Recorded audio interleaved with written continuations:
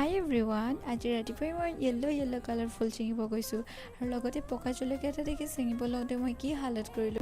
জল্দি কামবিলাক কৰিব লগা হৈছে কিয়নো অফিচ টাইম হৈ গৈছে। তো এইটো কাৰণে কাপোৰখিনি মেলিব আহিছিলোঁ, লগতে আকৌ চব্জি পাতি থৈছিলোঁ।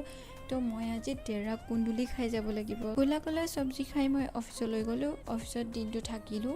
গধূলি সময়ত কিবা এটা ভাল খাব লাগিব। তো বাই মই প্লেনিং কৰিলোঁ যে বালিঘাটৰ টিফাই লৈ যাওঁ আৰু আহি পাই নুডলছ অৰ্ডাৰ কৰি দিলোঁ। আৰু এটা ফটো ভিডিঅ' ডেফিনেটলি উঠিম কিয়নো ইয়াৰ ইণ্টেৰিয়ৰটো চব কি বঢ়িয়া।